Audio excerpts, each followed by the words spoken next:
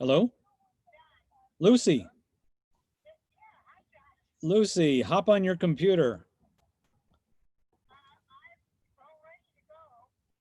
Do you have the Zoom link in your email? Well, keep following it through because we don't see you yet.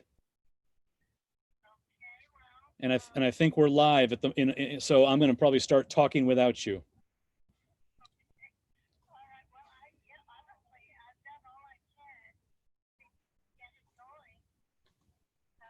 Usually if you click on that link, it's kind of, and then does it say join with video and join, and you just say yes? And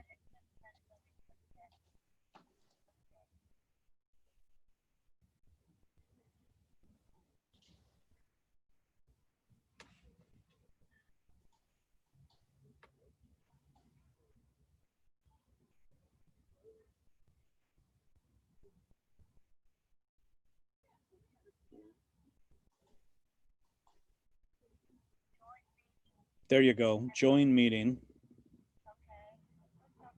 And then usually it will say, you know, join with video, join with audio, and you just say yes. You keep. Okay, so click on join meeting. And does it look like it's moving you through?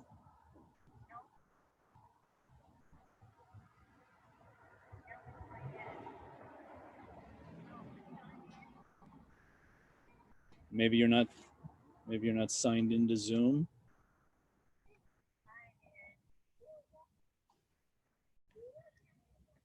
John, is she using the email she just got from Dan Pfeiffer? Are you using an email that you just got from Dan Pfeiffer, Lucy? Are you using an email that you just got from Dan Pfeiffer at Paraclete? Just making sure you're using the right emails, because he just sent you, oh, you can see my picture. Oh, you're getting close. Okay, well then click on something that says join audio. Let me see, she might be in here. Give me 1 sec to find her. There, looks like we're looking for you. You're very close.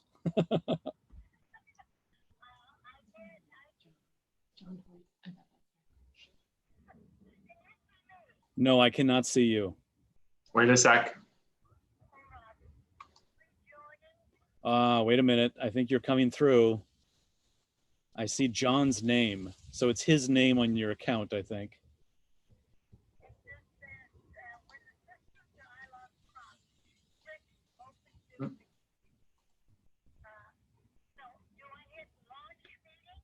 Yes, I suppose you do. Because I can see your name, but I can't see your face and I can't hear you yet. Oh, I just lost you. It should be rejoining her to the meeting, I think. Okay, you're probably rejoining the meeting now. There we go. You're starting to come. Okay, there you are. There you are. All right, I'm going to hang up the phone. Well, except just make sure you're connecting to audio, it says. So I think we're moving forward. All right, I'm hanging up the phone.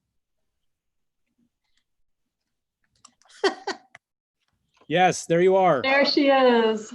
Okay, we're on. Hooray! Hi, Rachel. Hi, Lucy. How are you? Oh, well, I'm excited. A little nervous, but here we are. Well, here we are with so far 50 of your closest friends and admirers who can't wait to hear you read from your new collection. Oh, well, thank you. Thank you for this opportunity. You guys at Paraclete are the best. Well, we feel the really same way are. about you. Oh, this is great. I'm just going to give people one more moment to join us. Okay. Welcome to everyone. On behalf of Paraclete Press, welcome to this virtual launch of The Generosity with poet Luci Shaw. My name is Rachel McKendry. I'm the publicist here at Paraclete. Thank you so much for joining us. We're so honored to hear directly from you, Lucy, today. This is such a privilege. I'd like to invite everyone to take a moment now to find the Q&A button or the chat button at the bottom of your screen. Please feel free to submit any questions or messages you might have for Luci, and we hope to get to everyone before the end of the hour. And hosting our launch today is John Sweeney, our publisher. So welcome again to all of you. Welcome, Luci and John. I'm going to turn it over to you. Thank you, Hi, Rachel. everybody. I want to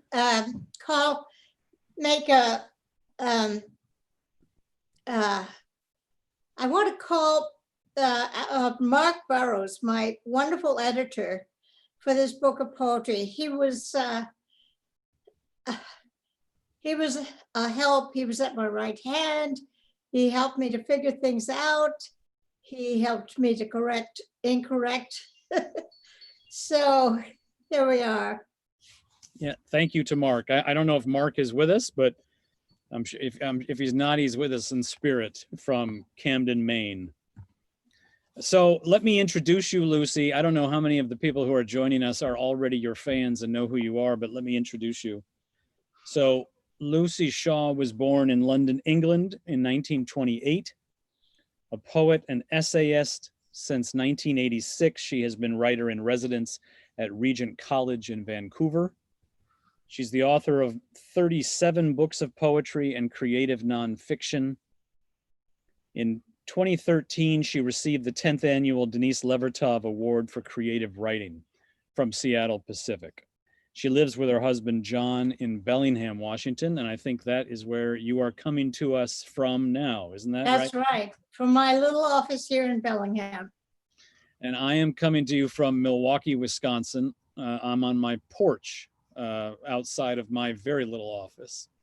And of course, we're all working from our little offices, right? During COVID. Yes. Speaking of which, right at the top, tell us about, there is one poem in this collection, which by the way, is right here, The Generosity. Luci Shaw, this is our book launch for her new book of poems. Tell us, isn't there one poem in this book which you wrote very recently related to the pandemic? I wrote a poem called How, with a question mark. How should we sing the Lord's songs in a strange land? The old rhythms, the melodies of praise strangle in our throats, and the words fall to the ground like leaves in autumn. The air thickens with suspicion and doubt, and who's to say anymore what is true enough to last, to prevail? Isolation feels like a punishment for offenses we never performed. Let us trust now the ground under our feet, that which has proven steady for generations. Look up. The heavens are still there, unclouded, beatific. We breathe, even though masks may clothe our faces. Prayer surrounds us, close as our skin, weaving for us garments of trust and solace.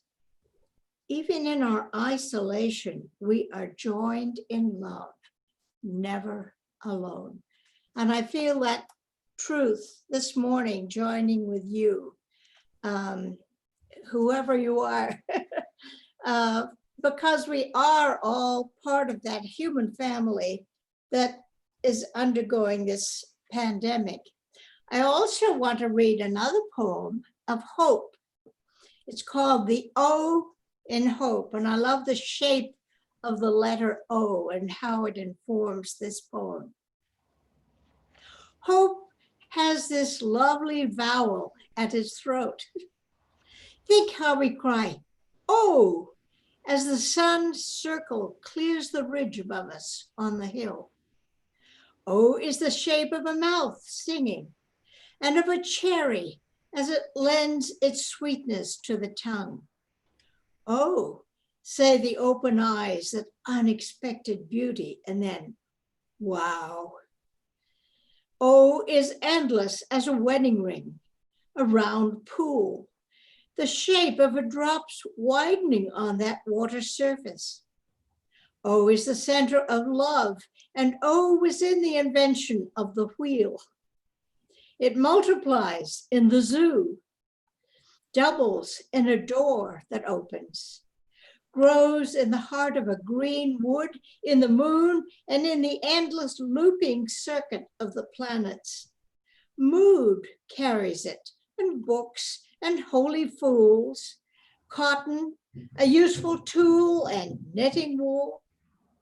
I love the double O in good and cosmos, and how O revolves, solves, is in itself complete, unbroken, a circle holding all of us together, everything, both in center and circumference, zeroing in the omega that finds its ultimate center in the name of God. Thank you. So there, that's supposed to be an encouragement. It is an encouragement. And I think that anyone who knows your poems and has known them over the years admires how you are able to look and pay attention and capture things created and found, creatures, created things. And I found a lot of that in this new collection. I mean, I loved how you capture creatures like your cat. There's a great poem about your cat, about moss, about tides, clouds, and then other created things like dandelions. You must take a lot of walks. You must do a lot of looking. Well, I wish that were true. I'm not doing much walking because I'm pretty stiff and unsteady on my feet. But I live in a beautiful part of our town, Bellingham, where I can look out over the town and out to Bellingham Bay, which is a beautiful stretch of water, and then islands and mountains beyond that. So, you know, I'm not constricted just by my inability to walk. I can see it all. And your mention of where you live reminds me of something else I enjoyed about this collection. And I think I enjoyed it perhaps because I know a little bit about your past, meaning you've been a lot of places, you've done a lot of things, and I want you to talk about that because I wonder, I think you are unique in that, you know, you are what, 91? I'm 91, I'm pushing 92. Well, we don't publish a lot of authors who are in their 90s. But what I was going to say is what's unique about you, I'm convinced, is that you're a 91-year-old author who finds new readers all the time. Every author should be so lucky. We have an infinite existence if we just are able to open our eyes and accept it and discover and, you know, inspect. I love that word, inspect, because it's spectacle. You're looking at something and you're finding some response within you, inspect to that you're seeing. Well, so what I was getting at is you've done a lot of things, including you've done some of my job in the past. I don't think I introduced myself at the beginning. I'm John Sweeney. I'm the publisher at Paraclete Press. And could you give folks who are watching the 3-minute version of what you've done in your life? And because, you know, you've been a book publisher too, right? I mean, you've done a lot of things. When did you become a poet? Give us a kind of an overview, will you? Well, I was born in England, but then I trapped my parents. My dad was a restless man. He was a medical missionary, but after he retired from the mission field, he was a speaker all over the world. And so we lived in Australia, we lived in Canada. I came to the United States when I went to Wheaton College as a student. And that's where I met my first husband, Harold. And Harold and I started a publishing house. We had been, he had business experience. He knew how to do that end of things. And I was the editor, and I was able to edit books by wonderful people, particularly Madeline L'Engle. I edited and published 11 books by her, and we became the closest friends you could believe. Even though she lived in New York, and I lived other places. I lived in the Wheaton area, and then moved out to the West Coast. So we remained, we had that sort of friendship where we didn't always agree. And that was that was illuminating, because we would try and help each other to see different things. And we nearly always ended at the end of a discussion of this kind by standing up and singing the doxology. And that was that was one of the things, our praise of God and our understanding. I came from the more conservative end of things. She came from the liberal end, and we met in the middle. And that was a joy. I think we both profited immensely from that. I miss her. I miss her very much. And then when did you become a poet? I think I started writing poetry when I was just very, very small. And I actually put together little scraps of paper with poems on them and put them in my dad's pocket. And whenever he traveled around, he would show these miniature constructs of words that his little daughter had put together. He was so proud that I was doing this. He was a writer too, as well as many other things. My dad was an explorer. He crossed the island of Guadalcanal in the Pacific, the first white man to cross it unarmed. And he wrote about it and was made a member of the National Geographical Society. So I've got this kind of rich background, an otherworldly and a worldly background, because my dad was a profoundly man of God. I never could quite attain to his level of spirituality, but I had that as a goal. Well, I'm not sure if I ever told you this before. It's not particularly relevant, I suppose, but I was first introduced to your poems in the early 1980s by one of your friends, Myrna Grant. Oh, yes. Yes. Myrna Grant was the mother of one of my best friends in high school. And so I was a teenager and I was interested in poetry, and she told me I had to read poems by her friend Luci Shaw. Oh, that was Susan, right? No, Jenny. Oh, yes. Okay. Jenny, who, because I grew up in Wheaton, so yes. So that's how I've known about you for a very long time. Wow. Okay.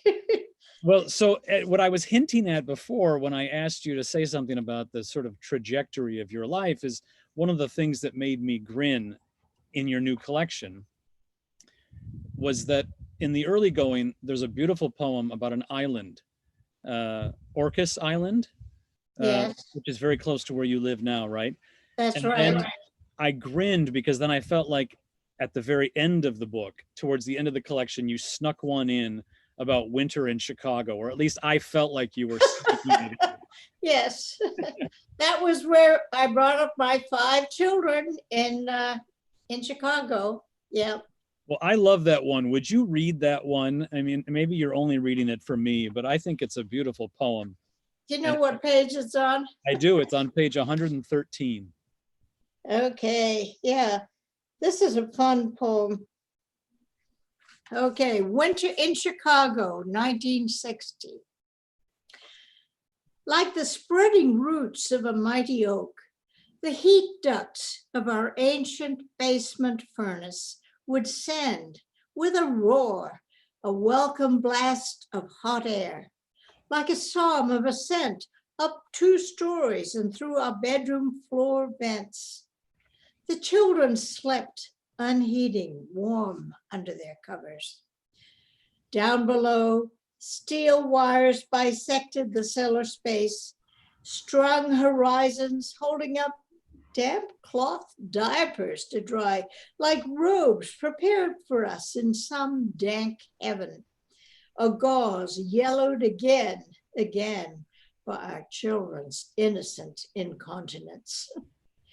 And again, the gray wash water got recycled through 3 loads of laundry, like sin repented of and yet returned to, like weekly confession at St. Mary's down the block. Thank you. Now, here's a question I have for you. So in a poem like that one, which I just love, it feels effortless how you bring in a psalm and heaven and weekly confession. But then you have other poems in this collection that I equally love, like for instance, Dandelion on page 52. And in a poem like Dandelion, there is no religious language. You know, there is no metaphor for a spiritual thing, but is there?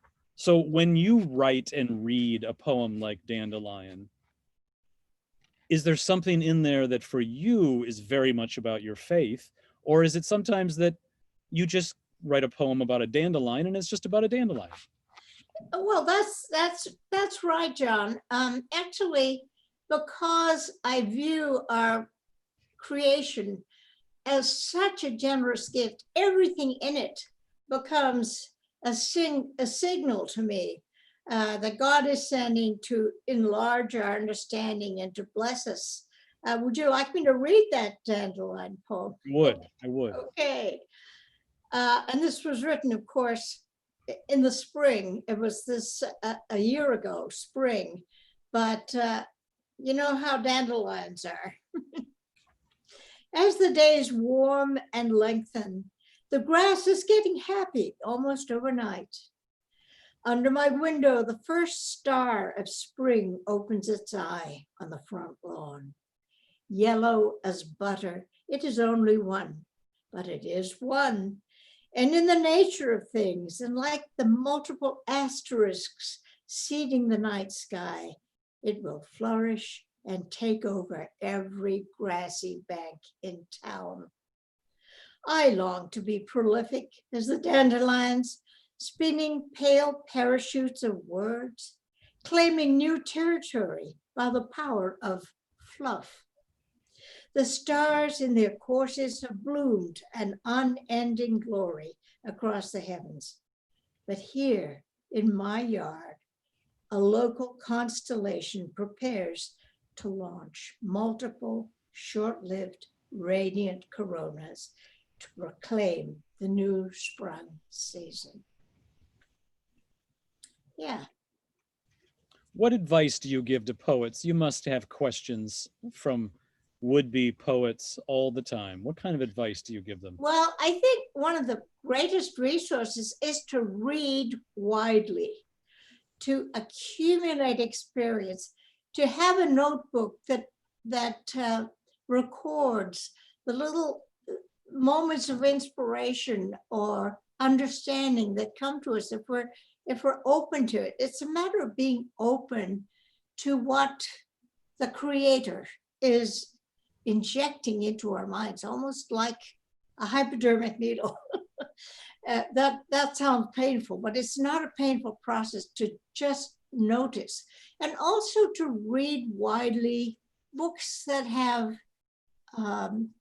meat and depth, novels and other books of poetry, books of philosophy, not just Christian books, but a wide array of literature that has sprung out of the imaginations and the thoughts of so many other authors. Books are such a wonderful resource.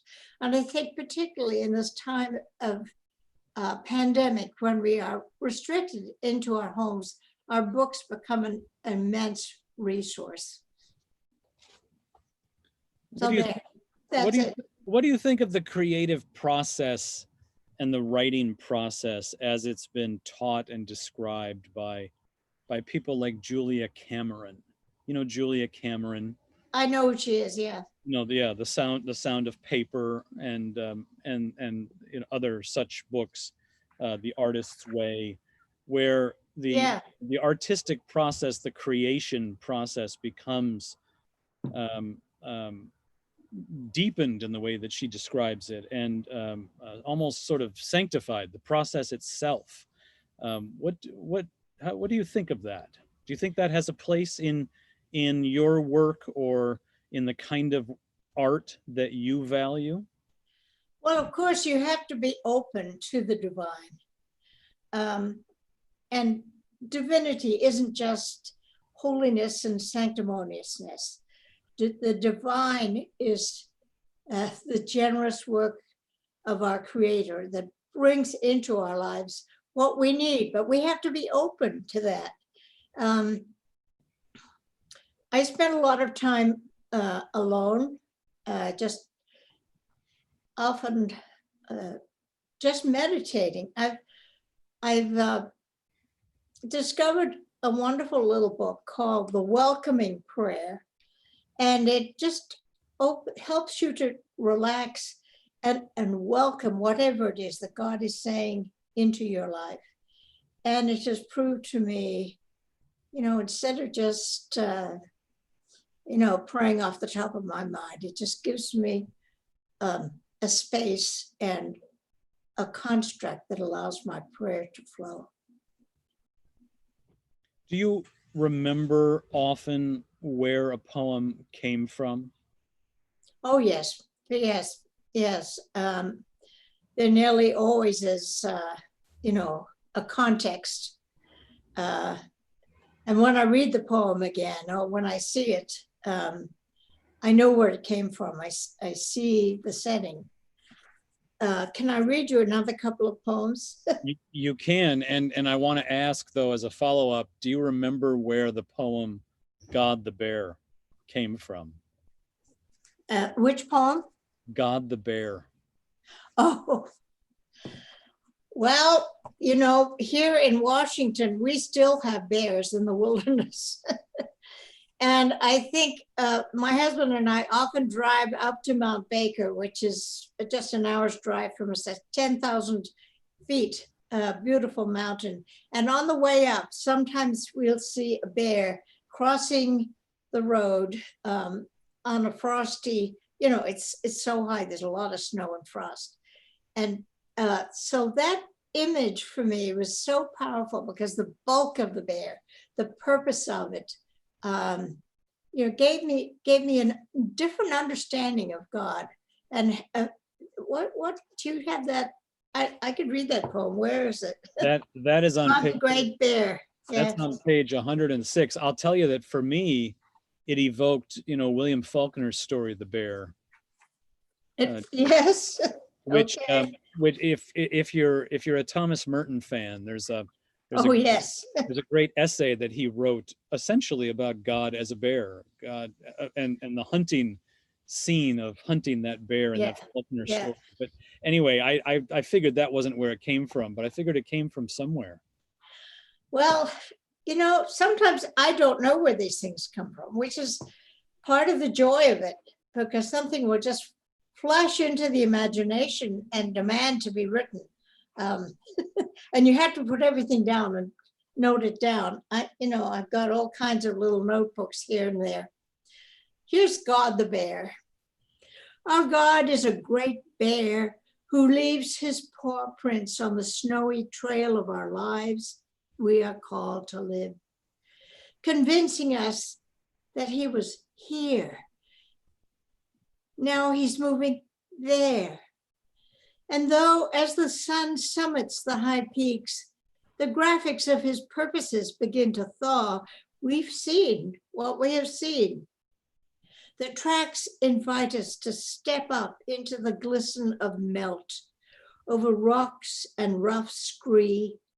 And though it is out of sight, somewhere up there, the summit raises its head with such splendor that our blisters and bruises are simply healed at the sight. So I guess the idea of a bear healing is a bit strange. But there it is. God appears to us in different, this is the joy of metaphor. God appears to us in forms that we don't expect, and we have to be ready to be open to that, whatever he's saying. Okay. I enjoy the poems of yours that are about just moments. I get the feeling that you are capturing a split second in a poem. It strikes me as unusual. I mean, one of them in this collection is called Today, on page 96. And read that one, will you? And see if you remember Sure. where that one came from. It strikes me as a poem that it'd be impossible to know where it came from. It's just about such a small thing. Yeah, okay. Today I feel a little fear, small as a crumb, moist as a tear. The reason for it is unclear. Not sure if it has simply come from something that will disappear. A minor fear is what I feel. It has a sense of something real that likely it is no big deal. And how often do you rhyme? Not consistently, no, but sometimes I find a poem has such a natural rhyme and a rhythm to it that the rhyme doesn't, I don't want to make it forced. You know, and I get poems sent to me by people who want my my advice about how to write, and very often they are under the false impression that it has to rhyme and it has to have a steady rhythm. Well, normal human speech isn't like that. Speech is full of stops and starts, emphases, and you start a sentence and then you finish the sentence. So, you know, it's not as predictable. I do want to read a poem here. This is about a moment in time when I'm in bed and at night and feeling lonely. It's called Midnight. It's on page 70. Midnight. In bed, and a kind of loneliness settles. I am wakeful, wondering. I reach out my hand from under the sheet and over the edge into the empty space beyond, and feel for God's hand, his large, calloused palm. A shallow cave, fingers curling their intimate way around mine. Not a word spoken, but in the dark air, a glow, like a nightlight near the door. So it's a moment of comfort, of sustenance. I think all of us as human beings very often are lonely within ourselves. No one can quite understand what's going on inside our lives and our brains. But God does God understands. God understands, knows it, comes into our lives at moments we need, either for illumination or for a reminder that we're not doing something right, or we need repentance, or we need to forgive someone. I'm finding it hard to forgive these days certain political entities, but I'm not going to go there. I'm not going to go there. Yeah, we won't go there, but I know what you mean. And I think acknowledging that loneliness is important in the first place, right? Sometimes we won't admit to that kind of loneliness. Yeah. Can I read you a poem about Eve, our first mother? Yes. It's on page 58. Eve, what was it like for her, recovering from recent surgery, to lie down on the red earth next to the stranger from whom she'd just been detached, with whom she was lately an integral body part, drawing in now her first breaths of Eden air, wild with the fragrance of fresh flowers. Looking down at her lovely nakedness, did she anticipate being a mother? Every one of us draining out of her pale body. I asked her, did you dream, even for a moment, that your blood could run rampant in my bones? And do I have your hair, your eyes, your hunger for fresh, forbidden fruit? So there's the secret. There's the heart of it, you know. Yes, We do hunger for what is beyond us and what is not always good for us. So yeah. Are there poets that you read in school that you still read? Sorry, say that again. Are there poets that you read in school? Oh, that Emily still- Dickinson. Emily Dickinson,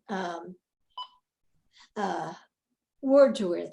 You know, I love the Romantics. When I was in college, my focus in English literature was on the Romantic poets, and I love the greenness of those those poems. Right. I think that comes through in Yeah, your. yeah. Well, green, you know, it's an emblem of the generous. Everything around us, you know, Bellingham and the whole area in Washington State is so full of green. I used to live in California, and then when we built a home up here, we moved up here, the difference was astounding. As you fly in the plane, you can see the green beginning to happen as you go north. So that has been a big part of my love of nature and of the wilderness. And I'm a tent camper, so sometimes I would get into my tent with my journal and books of poetry and my Bible, and just allow the generosity of the green to enter me and to refresh my spirit. Well, and I'm glad you just said that. So let's, you know, we have a few more minutes and then we're going to turn it over to people who are watching, who have questions. But tell us something about the title, the generosity. Okay. Tell us where that comes from. What does that mean to you? Well, it's like what I was just saying. There is so much available to us as human beings. Even though we may be restricted to our homes now, we have all the resources of the books and the movies and the television shows and the news. Not all of it happy, but it is a reflection of reality. And I'm not sure if I'm answering your question, but if we're just open to what is seeping into our souls, even without our acknowledging it at first, just to respond to the messages that are coming. And each of us, and it's not just poets, any human being will have that capacity of receiving what is there, what is available, and making something of it. And we are makers. You know, that is part of our vocation as children of God, makers, because he was a maker and we have the Holy Spirit within us to make. Is it a name for God? The generosity? Yes. Well, it's certainly an attribute of God, but it is a name. Yes, he is the generosity. That's a wonderful thought, John. Thank you for introducing that. That's how I was thinking of it. Oh, good. Well, Rachel is still in the background there somewhere, and I know that we have people who have lots of questions. So let me turn it over to her. Thank you so much. I'll just read through a few of the comments that are coming in the chat bar, because I think these are people who know you personally, or they sure seem to, Lucy. Ian Chow says, "Yay, Lucy." Thank you for doing this. It's so nice to see you. Marjorie Maddox says hello. Deborah Dickerson says, "Hi, Lucy. Matthew and Deborah are here from Vermont. We love you." Let's see. Katie Manning says, what an incredible pleasure to see you, Lucy. I'm so glad you're doing this today. Sarah Arthur is here. She says she misses you. Lori Klein says, it's lovely to see you again. Can't wait to hear you read the new poems. Lisa Toth-Selina says, what a wonderful story about how you found Lucy's poetry, John. Shirley Levacy, so wonderful to see you. I have often shared your poetry when teaching art. I love that. Tracy Balzer says, Lucy, I have learned from you what has become perhaps the most critical skill of spiritual life, to pay attention. Eternal thanks to you. Mary Van Dennen says, John mentions moments. Yes, Lucy excels at exploring the infinitesimal. This line from her poem about Botticelli has never left me. The north edge of an angel's eyelash. That was She an also- old poem. She also says, Listen to the Green was the very first Luci Shaw book I ever read.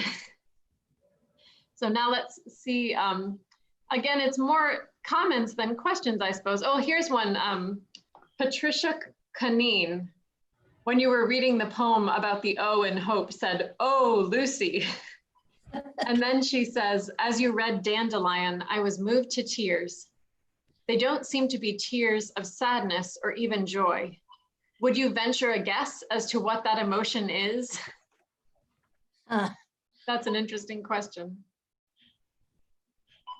Do you want me to try and answer that? I think she does. Oh. Well, I think, you know, the whole way that poetry works within the poet. Until you've written down, until it's actually on paper, either in your computer or in a notebook, until it's written down, you don't feel as if the process has even begun. I'm not sure if I'm answering. What was the question again? Well, she says that when you were reading Dandelion, she was moved to tears. They don't seem to be tears of sadness or even joy. Would you venture a guess as to what that emotion is? Maybe, I hate the word inspiration, but maybe that's it. In the breathing, inspire, the inbreathing of an idea that comes from beyond you. And you're just acknowledging that and allowing yourself to feel it. Thank you, that's a good question. Pam Nolte says, you read your own poetry beautifully, Lucy, sending love from Seattle. Love back to you, Pam. Shelley Casal says, do the poems just come to you fairly easily, not easy, because you've been doing it for so long? The practice of your open posture for years? I think that's probably true. It becomes a habit. It's a good habit. It's a discipline, but it's, you know, I've learned to trust the process, which I think is part of faith, faith in God, faith in the Creator, that He gives us these opportunities and He gives us the ability to do something with what is beautiful or meaningful beyond our lives, within our lives, but beyond us. So there we are, we have that generous, we have such a universe to draw upon in terms of our own creating, but that word inspiration again, the inbreathing of God. And I love the word attending. You know, it comes from a Latin word, ad tendere, to lean into something. So attending is not just watching or, you know, noticing, it's leaning into the meaning of an event or a line of poetry or a verse in scripture. We lean into that meaning in order to enlighten ourselves. And that's where the process begins, is that paying attention. Somebody once said to me, don't you get tired of noticing everything? But no, I don't. Thank you. This is definitely a related question, which you've begun to answer, I believe. Sally Witt says, Lucy started to say that until it's written, you don't feel the process is begun. Would you say more about that? It almost has to, it's almost like a human being coming into the world. It's an entity in itself, an idea or a phrase or something that keeps calling your attention to it. It has to become grounded. It has to become integral to your experience. And it comes from beyond you. It comes into you and becomes a part of who you are. And I just hope that I have wonderful friends, many friends who are writers and poets, but many people also who would love to be poets and don't know where to start. And of course, I've got a phone here that's beeping. My own experience is, don't let those moments just dissolve and vanish. Do something with them because they're meaningful. This is how creation in any discipline happens. I once read a wonderful book called The Creative Process, and it's about the aha moments that creators and writers and musicians and anybody in a creative profession, is that aha moment when you know something is coming together, it has meaning, and you've got to do something with it. Thank you. Oh, Patricia Canine says, thank you so much. Your answer does resonate with me. Tracy Balzer says again, my tears, referring back to the question about the tears, are in response to beauty, Lucy's words. Susan Mulder says, what a gift to hear your new work. Thank you for your generous spirit and beautiful words. Sorry, John, go ahead. I have another question for you, Lucy, maybe Rachel, while Rachel's looking for others. And you read that poem about loneliness, which is still sort of... Which poem? The one about loneliness. Yes. That is still in my mind, I think. And it causes me to ask you this, which is, are there ever times in your life when you feel that your faith is being tried? Yes. Or it's lost for a moment, or for a day, yes. or for a season. Oh, and yes. You feel maybe bereft and hopeless. And here's my question. At those times, do poems not come to you at those times? I'm not sure that those times of loneliness are necessarily creative, but I think that they are a part of human existence. We are incomplete in a sense, longing for the completeness that can come in the mind of God, as we are part of that creation. We've been brought into existence by a loving God who has a purpose for us. And that loneliness that we feel is probably when we're not fulfilling that purpose, not responding to what God is saying into us. We're shutting it off, or we're saying, I don't want to listen to that. It's painful. But to allow pain and distress to come into our lives, it's a whole spectrum of emotion. And unless we acknowledge all of it, our lives are incomplete. And it takes a lifetime to learn how to do that. And I guess at my stage, I hope I'm continuing to write. I've just written 25 more new poems since this book was published. So they keep, they just keep showing up. I would love to read you a poem I wrote recently about angels. Let me see if I can find it. Oh, it's called Angels Everywhere. This is not in the book, but I want to read it to you anyway. Some days I notice angels everywhere, light glancing through windows, flying through the glass as if through air. A human ear, shaped like a wing, curiously curving to admit the flare of sound, tells me of angels listening to my listening, even as I sing. What is that vagrant cloud glistening? Often in the blue heaven, a trail of light appears from a plane as a heavenly body playing there beyond my grasping. Or the taillight of a truck sending a red spark like some twinkly being in the dark, trailing her glory robe in sight of stationary sightseers. Once daylight, and over the marshy grass a winged flight.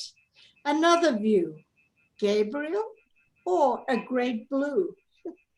But often nightly through the skylight, stars multiply like silver sand, and near to far, I link myself again each night with, oh, one bright angelic particular star. I have a starlight over my bed, and every night there's that same star, and I make that connection with that star. Millions of light years away, but it's there and it's speaking to me. And I think that creation speaks to us in such a generous way. That's the generosity of God. It just speaks to us, and we can listen to it, and we can embody it and show it forth, and hopefully demonstrate it to other people in our lives. So I'm so grateful, you guys, for this opportunity. You are so generous. You're part of the generosity. We have some more questions coming in, Lucy. Here's one from Loretta Walker. Lucy, she says, I know there are different things that make us feel close to God. My question is, do you feel a deeper connection with God when you are writing?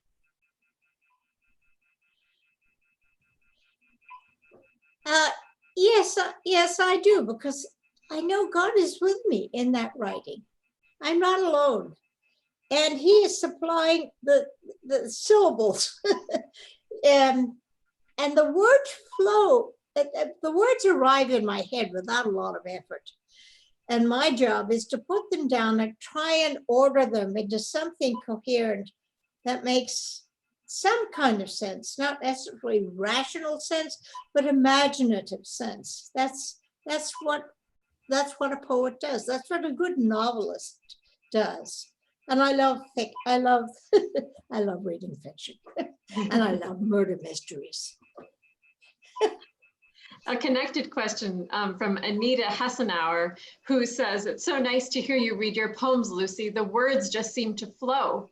Do you do much editing of your poems, or do you just leave the original as is? Oh, they go through multiple drafts. My goodness. Oh, I've 10, 20 drafts of poems, and in the middle of the night, I'll wake up and I think, oh, I've got to get that into the poem. It's sort of an ongoing process. And even when the poem is finished, sometimes I wonder, does it have more to say to me that I can say into it? Yeah. Thank you. Amy Nemechek says, Lucy, how do you know when a poem is finished and ready to send out into the world? I never know. I'm never sure. I'm always open to, no, that's not right. I think many of my poems, I'm happy when I've got them into my computer and I printed them out and I've sent them to a few friends who give me really good feedback. And then I will leave it alone. Yeah. Katie Manning asks, which of your own poems and books do you imagine will most endure the passing of time? What do you think readers will still be drawn to in another 91 years? Or do you think about this at all? Yes, Katie. I think about that a lot. And I think, you know, Katie is also a poet. and I want to give a shout out to her. She started a wonderful poetry review magazine called Katie, Whale Road Review, and she's been nice enough to include some of my poems in her review. But you know, part of the difficulty for a poet is to find a way to send out the word into the world. And you know, it's good to expose yourself to a number of different publishers of poets. I mean, it's the sending out, and you get a lot of rejections. I mean, I get rejection letters every day. That's part of what tells me whether a poem has any worth, if it has any value. Thank you. Heather Monkmeyer says, Lucy, you make me think of Hildegard of Bingen and her concept of viriditas, that greening. You embody the greening, that fertility. Thank you for being faithful to your beautiful calling. Well, I love that word viriditas. It speaks of greenness and of the life within greenness. Yeah, in fact, I think if I do another book of poem, that's going to be the title. The trouble is people don't know how to pronounce it. Viriditas, it's Latin. Not enough Latin scholars. You know, one of the joys of my life is that I studied Greek, and I had a lot of Latin growing up in high school. And learning the derivation of the word is so important in understanding where it has to go and what it has to do within a poem. Madeline Langel and I often, when I was editing some of her books, she would bring down from her shelf an etymological dictionary that gives us an understanding of where a word came from, what the derivation is, what are the original meaning. And things change, the meanings of words change. I think of a word like cataract. Cataract the word in Greek means to break down, cataract. And the breaking down of water over a cliff is a cataract. The breaking down of the tissue of the eye is a cataract. And just to know where that word comes from is immensely helpful in bringing it into a poem and giving it space to reveal itself within the poem. Thank you. Cheryl Pig says, your opening today of how can we sing the Lord's song in a strange land rocked me to the core.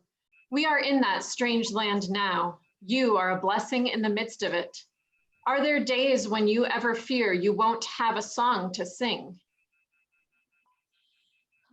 Yes. Someone said to me the other day, it's never going to be any different than this. This is, I don't know whether to believe that. I don't want to believe that, but you know, this is the life we've been given to live. This is the existence in which we have to use our creative gifts to bring life to ourselves and to others in our lives. And perhaps writing in books is going to, you know, be even more critical as we try to understand where we are in terms of eternity, in terms of God's purpose for us. What is his purpose for us in this pandemic? What are we meant to be doing that's different, that can bring life, that can bring joy into somebody's life just by reading, just by the words? I mean, that's a challenge. That's my challenge. Thank you. Shelley Casal says, Lucy, it's so wonderful to hear from you right now, today, in the time of Corona. So thank you for your encouragement. Do you let friends or family read your in-process poems? I have a couple of friends, and my son is one of them. My son, John, well, he thinks the way I do very often. And he's a very good critic of my poetry. I'm encouraging him to put some of his poems into a book. But you know, having a friend like that, I have a friend in Canada, and I'll send her my poems online, and she will she will destroy them. I mean, she will. You know, you got to get rid of that word. You know, that's sentimental. So, you know, and I love that. I love having some pushback, because otherwise you can become arrogant about your work. You need to have negative as well as positive reinforcement for your writing. So I'm grateful for that. I'm grateful for friends. I have a poetry group of friends, and we share our stuff, and we're ruthlessly honest. What a gift. And that's a part of love. Yes. Marjorie Maddox says, Lucy, you have in one way or another mentored so many of us. I first met you and was encouraged by you when I was in my 20s.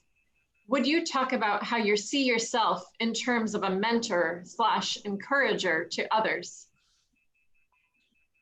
Well, I just see myself as just passing on what I myself have received, the richness I've received from others.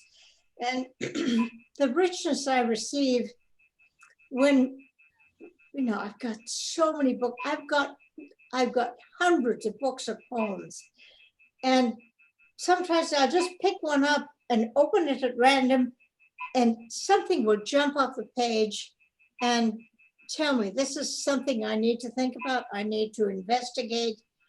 So, yeah, and that's part of the generosity again. The generosity is there. And there are so many good poets writing these days. And I'm so grateful to Paraclete for being a poetry publisher and for giving an outlet to our voices and to our thoughts and to our writing and to our creativity. So thank you, Paraclete. And thank you, John, for being a good editor, the good director of that program. Pleasure. I think we maybe have time for one more question. Here's one from Mary Van Denend, who says, how have your poems changed over the decades? Are they bolder, maybe? Do you still find fresh ideas in the same familiar subject matter? I think there's always more subject matter. I think this, you know, every little bit of our existence that comes at us through our senses is going to give us more fresh fuel for poetry and for writing and for thinking and for dreaming. Yeah, thank you, Mary, for that question, because it's an endless sense of availability. Yeah, thanks to the work of the Holy Spirit in our lives. Thank you so much. We've come and exceeded the end of our hour together, but I think I speak for all of us in just thanking you, Lucy, for your work, for sharing so generously today, the generosity of yourself and your writing and your story and your process. What a gift. I'm so grateful to you for setting this up. You know, this is a joy. Thank you.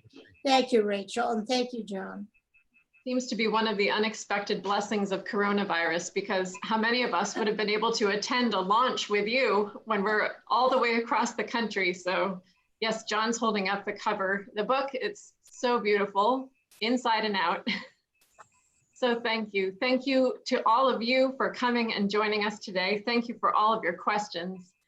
This Yes. launch will be available on YouTube. We've been live streaming, and you'll be able to watch again for 2 weeks. So please, anyone who wanted to come and wasn't able to make it, we'll share it, but it will be available there. The Generosity and the Eye of the Beholder and the entire Paraclete poetry collection is available from your local booksellers and from paracletepress.com. And if you order from the Paraclete website, you can get a 10% off discount right now. You can use the coupon code POETRY at checkout. So that's our way of celebrating today with this beautiful new book. It's not even actually the official release date yet, but it is available from Paraclete. So please feel free to check that out. And you might want to consider gifting Luci's beautiful book to your friends and family, anyone who you know is a lover of words and the generosity. And your generosity will help support our poets and Paraclete Press in these challenging times in our ongoing work and providing events like this. So thank you so much. Luci, you mentioned Mark Burrows as your editor. So I also just wanted to take a moment to let everyone know that on August 21st, Mark Burrows will be leading an online retreat, which hosted on Zoom by Paraclete, Heart Work and the Art of Loving, a virtual day retreat with the poetry of Rainer Maria Rilke. So I'll be sending information to all of you about that, how to register if you're interested. We hope you enjoyed this time together as much as we did. I don't know how you couldn't have.